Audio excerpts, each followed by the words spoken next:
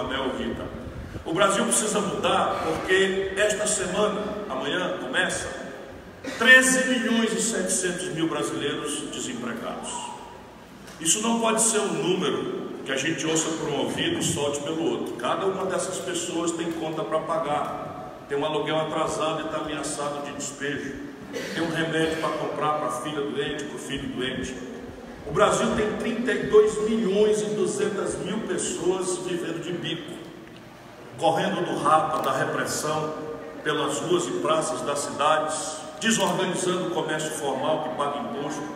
Isso não é trivial, são 32.200.000 pessoas que, somado com aqueles 13.700.000, vai aproximando o país de 60 milhões de pessoas expulsas da formalidade da economia, sem nenhuma proteção de futuro, sem nenhuma condição de contribuir com a sorte da nação, sem nenhuma sorte para o futuro, quando vier a velhice e as inerências da velhice.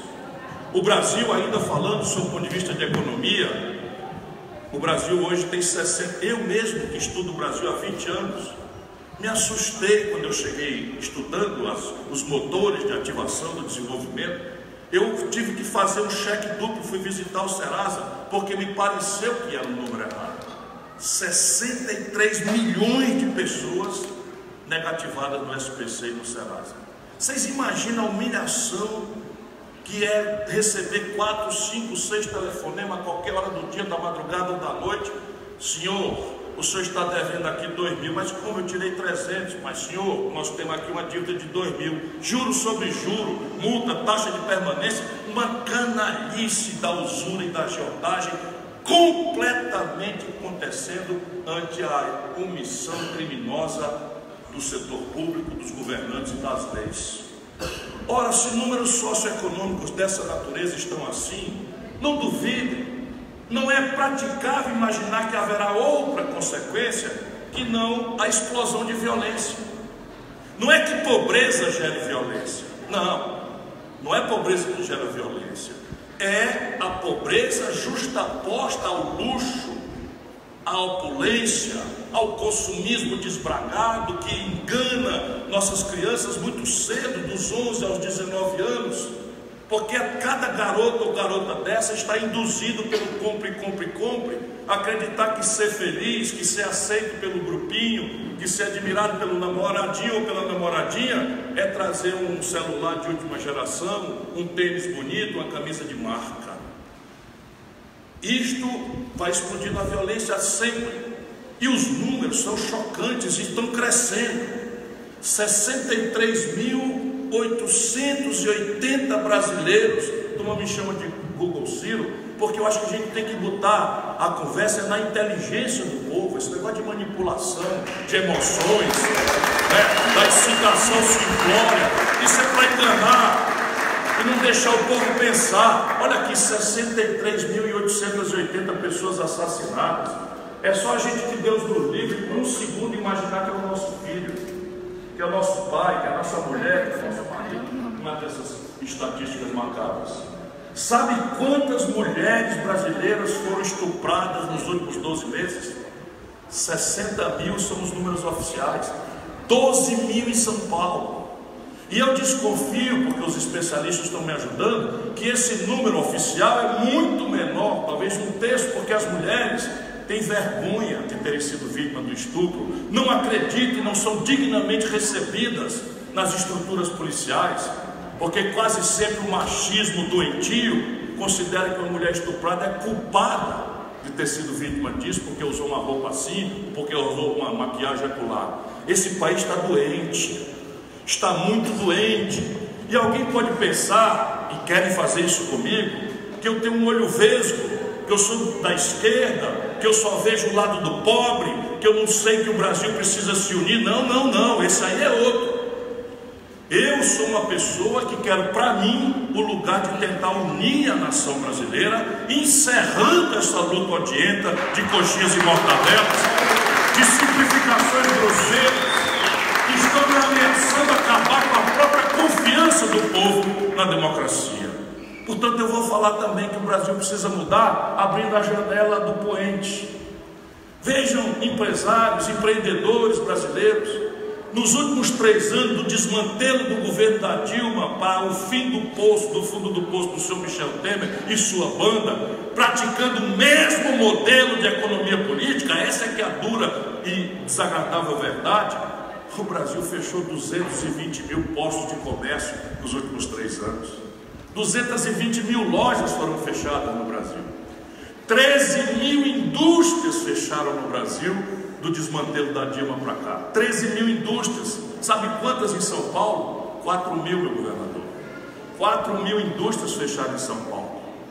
Será possível que, se a gente não olhar esse país, são números.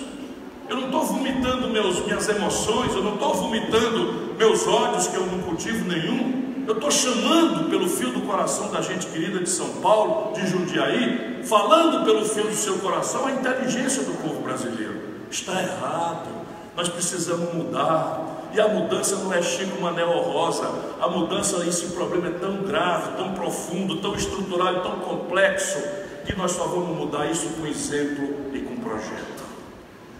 A ideia da decência que está sendo manipulada, assim, para excitar um povo cansado, machucado, não pode ser vantagem, não pode ser argumento, como o fato de você ser cristão, como o fato de você ser família. O refúgio dos impostores é a pátria da goela para fora, enquanto o modelo de economia política propõe formalmente, como no caso do Bolsonaro, o Paulo Guedes propõe formalmente nós privatizarmos a Petrobras, privatizarmos o Banco do Brasil, privatizarmos a Caixa Econômica. E deixa eu dizer para vocês, não existe no Brasil capital particular nacional para comprar essas riquezas. Quando você anuncia isso, você está anunciando que vai entregar o petróleo brasileiro aos estrangeiros. Isso é concreto, isso é que nós precisamos ajudar o nosso povo a pensar. Não é em conversa fiada de uma agenda identitária que querem trazer a gente para criar cisânia entre a classe média e os pobres. Aborto, vocês veem que o Brasil passa 4 anos, ninguém toca no assunto. Chega a eleição, a propaganda americana bota na boca dos apátridas entreguistas que estão entre nós e começa o debate. Foi lá com a Dilma, vocês não lembram? Agora começa de novo, para quê? Para que o miserável evangélico, para que o pobre católico, para que o paupérrimo neopentecostal votem por ódio, votem por valores secundários e não entenda, assim como o elefante do circo. Por que o elefante do circo, com aquela força toda, levanta a patinha docemente quando o domador faz um sinal? Por que o elefante, com aquela pujança toda, faz a mirabolância com a tromba quando o domador faz o sinal? Porque não conhece a força que tem. É por isso que o elefante se comporta de forma covarde, de forma frouxa, diante dos seus algozes e torturadores. É o que eles querem, não duvidem. Nós somos animais antes de tudo. Nós temos os mesmos sentimentos, os mesmos instintos, os mesmos medos. O escuro nos amedronta quando criança, porque lá no passado das cavernas era a hora do predador nos caçar. Isso está tudo, e eles sabem disso cientificamente. Repare bem, no petróleo, só para vocês terem uma ideia, o que já está dimensionado, as reservas já oficialmente notificadas e reconhecidas mundialmente, por isso a Comissão Internacional está aqui, são equivalentes a 20 trilhões de reais. De tapioca, 20 trilhões de reais. É dinheiro que gente besta como eu não sabe o que significa. Cada trilhão é 1.000 bilhão. Sabe o que é que isso quer dizer na prática? Que dentro de 10, 15, 20 anos o Brasil pode financiar com dinheiro que já está ouvindo a conversa, sermos uma nação de classe média, todo mundo, com todos os jovens educados em tempo integral, com ensino profissionalizante, como é a nossa proposta. Só essa riqueza. Só essa riqueza, e é disso que se trata. O quadro vai começando a se esclarecer. Essa turma aí que sustenta o regime Temer, todo mundo vai fazer conversa mole para aparecer outra coisa. Mas a agenda não tem 10, não tem 13 candidatos. A agenda é 1 ou 2. Ou você defende a autonomia nacional, a soberania, ou você subalterniza o Brasil para o império. E é no concreto. Qual é a proposta dos candidatos para a questão do petróleo? isso podia ser uma questão que, se cada brasileiro parasse para pensar, esse nosso lado já tinha ganho a eleição de véspera e a gente estava assoviando e conversando sobre aonde passar uma semana de folga. Por isso, meu companheiro, minha companheira, desculpa, eu escolhi para mim, né, a ocasião de ser o chato dessa reunião maravilhosa. Mas eu não vim aqui para queixar nem para lamber ferida. Eu vim aqui porque eu sei que o Brasil tem jeito. O Brasil, e volto a dizer, não é com emoção, eu me emociono muito, eu sou apaixonado. Eu sou apaixonado, dizem até que eu sou pavio curto, porque eles querem matar o carteiro para a gente não entregar a carta. Mas eu vou entregar essa carta a cada brasileiro e a cada brasileira que, como vocês, estão me dando a oportunidade de me ouvir. Deixa eu dizer para vocês aqui, o Brasil é medalha de ouro, medalha de prata ou medalha de bronze em todos os argumentos físicos que explicam a riqueza das nações. Todos. O Brasil tem 1 de cada 5 litros de água doce do mundo. Esse é o mineral mais importante do terceiro milênio, água. O Brasil é a maior fronteira agrícola inexplorada do planeta Terra. Aqui nós temos culturas tropicais, como o melão do Ceará. No mesmo dia você colhe um trigo lá em Santa Catarina. No mesmo dia, isso nenhum lugar do mundo tem. Os americanos chegam mais ou menos perto, mas não tem mais margem. Nós ainda temos mais da metade do território sem explorar. Isto é comida, isto é proteína. O Brasil é campeão mundial de produção de proteína animal, campeão mundial de produção de proteína vegetal.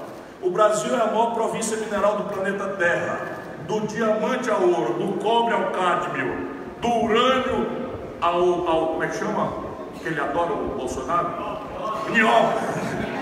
Ele adora ouvir o galo cantar, não sabe bem aonde, mas temos muito também. Eu já visitei a mina lá em Araxá, em Minas Gerais, tem uma árvore plantada por mim lá, que já está grande, já faz uns 20 anos que eu visitei esse negócio.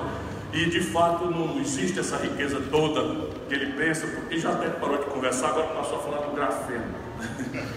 Então repare, eu estou seguro de que o Brasil pode mudar. E a grande questão em debate, eu não vou cansá-los mais, porque agradavelmente vocês estão me tolerando, o que é que separa esse Brasil riquíssimo, medalha de ouro, de prata ou de bronze, desse Brasil paupérrimo, amedrontado, empobrecido? É a danada da política. O céu é o mesmo, abençoado pelo Cruzeiro do Sul. O chão é o mesmo, onde muitos deram sangue para que nós tivéssemos o direito de viver nessa grande nação cobiçada pela cobiça internacional. O povo, o Brasil é o mesmo. E aqui em São Paulo, então, me dá orgulho, porque nós somos a maior nação japonesa fora do Japão, a maior nação italiana fora da Itália, a maior nação alemã fora da Alemanha, a maior nação italiana fora da Itália. E eu ia cansar vocês aqui, este país, pode acreditar, é a civilização do futuro. O que nós não podemos mais é permitir que essa soma macabra de ladroeira com incompetência siga governando a nossa pátria. Esse é o desafio. Discutir o projeto, discutir a estratégia, fazer os recursos que o país tem serem mobilizados através de um conjunto muito prático de providências. Muito prático de providências. Porque a economia não tem muito mistério. Eles fazem umas conversas mole na televisão, usam umas palavras, não sei o quê, de novo para o povo não entender. Porque se o povo entendesse, é o elefante, ele ia sair pisando domador, que merecidamente torturador que é de animais, ele saía, derrubava a coluna central do circo e ia para a selva de volta. Isso é que eles não querem nem de longe que o povo brasileiro saiba. Mas deixa eu dizer aqui só um número a mais, estou me apaixonando pelo auditório. A agricultura brasileira esse ano está encolhendo quase 3%. A indústria brasileira está encolhendo, a construção civil está encolhendo quase 5% esse ano. O comércio está encolhendo 2, 3%. Toda a economia que produz e trabalha está encolhendo no Brasil. Os bancos anunciaram uma notinha de pequena rodapé, porque é tudo segredo, um lucro de 45 bancos só, 41 bilhões e 600 milhões de reais de lucro no semestre. Ou seja, o segundo semestre vai ser o lucro deles 83 bilhões de reais. Então onde é que está vindo esse dinheiro se a agricultura não está funcionando, a pecuária não está funcionando, a indústria não está, o comércio? Sabe os desempregados? Sabe a saúde caótica? Sabe a educação estrangulada? Sabe a violência campeando impune sem que a gente consiga investigar nenhum de 10 dos homicídios que aconteceram? É esse dinheiro aí que está sendo transferido pela nossa estrutura pública. Por isso nós vamos mudar o Brasil e eu vim aqui para isso. Me ajuda, vamos mudar o Brasil. Muito obrigado a todos. Aí, calma. Me emocionei, fiquei preocupado de falar demais, mas não existe salvador da pátria. Como eu disse no começo, é preciso da ideia e é preciso do exemplo, mas é preciso de uma turma. E eu deixei para saudar no fim, fui me emocionando. Essa aqui é a minha turma, né? É preciso que não me mande para Brasília de pé e mão amarrado. É preciso que a gente ajude a criar e ajudar o povo a entender que não adianta nada escolher um bom presidente e deixar ele na mão dessa picaretagem que virou o Congresso Nacional Brasileiro, ou boa parte dos governos estaduais. Por isso, com todo respeito a todos os candidatos que estão aqui, mas eu vou homenageá-los na pessoa dos nossos companheiros, que são joias, como vocês conhecem melhor do que eu. O nosso Sartori, que dá alegria quando eu vejo ele, eu já vou ficando feliz de véspera. E são coração ambulante. Pedro Bigardi, que tem as duplas qualificações de grande administrador, prefeito, e a vocação para o diálogo político, que fará dele um grande deputado estadual. Pedro, muito obrigado pela hospitalidade, pelo carinho. Vocês viram que estamos tudo aqui mais ou menos de uniforme para pegar na luta. O Senado Federal tem um homem, São Paulo. Nós escolhemos um presidente de uma central sindical, que não é um presidente de uma central sindical que é pelego de qualquer partido político. Nós é que fomos atrás dele para ele aceitar trazer o seu talento, o seu respeito, o seu conhecimento da causa do povo para o Senado da República com a voz de São Paulo, que é o Antônio Neto, 1, 2, 3. Me ajuda a eleger esse homem, a bem do Brasil, a bem de São Paulo e a bem do nosso projeto. E aí vocês viram, quem ainda não conhecesse bem, nós achamos uma joia, que também já foi grande prefeito em Suzano, já foi um grande parlamentar, deputado, e que está preparado para dar a São Paulo uma alternativa. Olha o elefante. Se São Paulo está machucado desse jeito, faz 24 anos que o mesmo partido, a mesma turma manda aqui. Então repare, se você acha que as coisas estão muito bem, estão maravilhosas, não precisa energizar nada, vocês votam aí nesse farsante. Para mim, eu conheço de longa data. Quando ele contou essa história, eu era prefeito de Fortaleza. E a minha raiva dele vem do deboche, porque quando tinha uma seca no passado, quando não existia Bolsa Família e tal, quando tinha seca no passado, vocês não têm ideia no Nordeste, no Ceará, ali pelos anos 80, quando tinha uma seca, acabava a água, não é maneira de dizer, não, acabava a água. E aí a população vinha em trajes rasgados fazer saque nas cidades, dentro das feiras. E invadir as grandes cidades com aquela gente que é orgulhosa, trabalhadora, com carro na mão. Você olha uma pessoa com 40, 35 anos, parece que tem 70 de sair para aquele sol cáustico.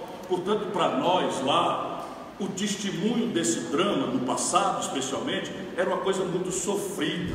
Nosso sentimento de impotência, de incapacidade, me dá até nó na garganta de lembrar, pois este vagabundo era presidente da Embratur e anunciou uma linha de turismo para o povo rico do estrangeiro e o povo rico do Brasil e ver a seca do Nordeste.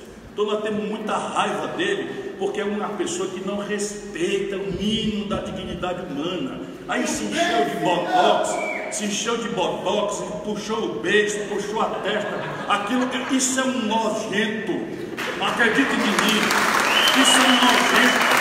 Não é possível que depois da fraude que esse vagabundo fez, enganando a população da cidade de São Paulo, ainda tenha coragem de vir pedir o voto de um cidadão. Quem gostar de apanhar, quem gostar de sofrer, quem acha que a política é para bandido mesmo, então vota lá. Democracia tem desses valores e tem esses preços. Eu sei, eu estou falando pelo fio do coração, eu sei que ninguém aqui está comprometido com isso. E nós temos um homem do povo, basicamente decente, trabalhador e que conhece a agenda de quem precisa no estado de São Paulo. E eu preciso dele para equilibrar a luta no Brasil. Marcelo Cândido, tenho 12 como eu, e essa é a minha turma. Muito obrigado mais uma vez, muito obrigado de coração.